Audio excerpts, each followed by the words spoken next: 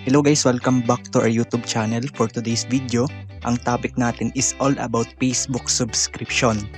Dito explain ko sa inyo kung ano ba ang Facebook subscription, paano kumita dito, ano-ano ang mga requirements para maging eligible dito, paano ito i-set up, at kailangan mo ba ito sa iyong account.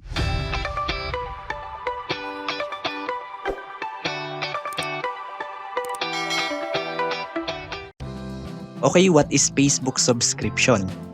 Basically, Facebook subscription ay isang monetization feature ni Facebook that allow dedicated audience to support the creators they love with monthly recurring payments. Meaning, kung ikaw ay solid supporter ng isang creator, pwede po kayong mag-avail ng subscription bilang suporta sa kanila. At bilang kapalit nito sa inyo, maaaring magkaroon kayo ng access sa mga premium and exclusive content, maaaring video or post content ito, basta exclusive lang sa mga nag-avail ng subscription. Personal interaction, ito yung pwede mong kausapin personal or digital ang isang creator, pwedeng one-on-one or group. Then subscribers badge, which is magkakaroon ka ng custom or unique badge. Ito yung mag-appears kasunod ng iyong pangalan once na ikaw ay nag-comment. Kung ang creator naman is merong binebentang product or services, maaari silang magbigay ng discount sa mga nag-avail ng subscription.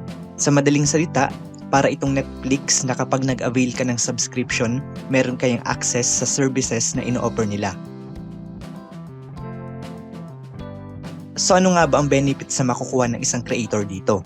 Dahil nga monthly subscription ito, magkakaroon ka ng consistent and predictable earnings. Kung ikaw ay monetize na, mahina ang earnings mo sa views, then sa star walang masyadong nagsasend, itong subscription yung another source of income mo. Get audience support. Gaya nga ng sinabi ko kanina na pwede kayong magkaroon ng interaction o connection sa mga fans or supporters mo. Enjoy flexible benefits. So pwede ka dito gumawa ng isang community tulad ng Facebook group para siyang subscribers only hub na doon pwede ka mag-share ng exclusive video content tulad ng ganap mo sa buhay, behind the scenes, at madami pang iba. So para kanino ba tong subscription na to? Sino-sino ang pwede mag-set up? Ang subscription is pwede sa lahat ng creator, mapa-page man yan or professional profile. Pero mas kailangan mo ito kung ikaw ay isang online coach, isang creator na nag-share ng knowledge, empowering people, basta more on educational content. Pwede kayong gumawa ng exclusive video para lang sa mga subscribers mo o kaya naman one-on-one coaching.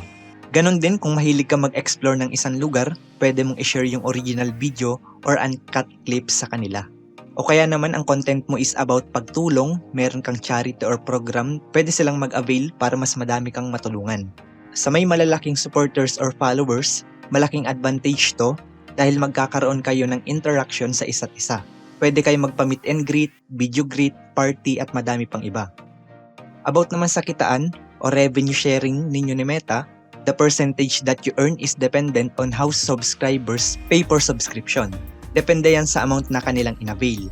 Kung hindi ako nagkakamali, ang minimum amount na pwede mong iset up is 55 pesos up to 2,500 pesos. For example, sinet up mo ito ng 55 pesos, every transaction or every purchase na magaganap using web or using PC desktop, makukuha mo ng 100% yung price o amount na inavail ng supporters mo. Kapag meron kang 10 supporters na nag-avail, 55 times 10, meron kang total of 550 pesos. Hindi ko lang sure kung kakaltasan pa ito for tax and fees or doon na ito ikakaltas sa other monetization tulad ng in-stream ads. Pero kung ang transaction mo is made on mobile devices, iOS man yan or Android, ang makukuha mo lang is 70% ng total amount. Dahil yung 30% ay papasok sa in-app purchases or extra content services inside the app, kasama na din dyan yung mga developer. So ang requirements para maging eligible, una dapat kailangan sinunod mo ang Facebook Content Monetization Policies. Bale meron na akong ginawang video about dyan at sa lahat ng policies ni Facebook. Click nyo lang yung link in the description below or yung nandito na nakikita nyo sa right corner.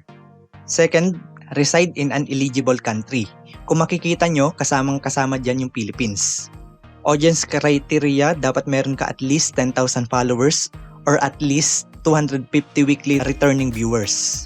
Alin man sa dalawa, dapat ma-meet mo yung criteria. Dito naman sa engagement criteria, dapat meron ka at least 50,000 post engagement o kaya naman at least 180 minutes views. Ganun lang din alinman sa dalawa. Syempre para ma-meet nyo tong requirements, need nyo lang mag-upload ng engaging content.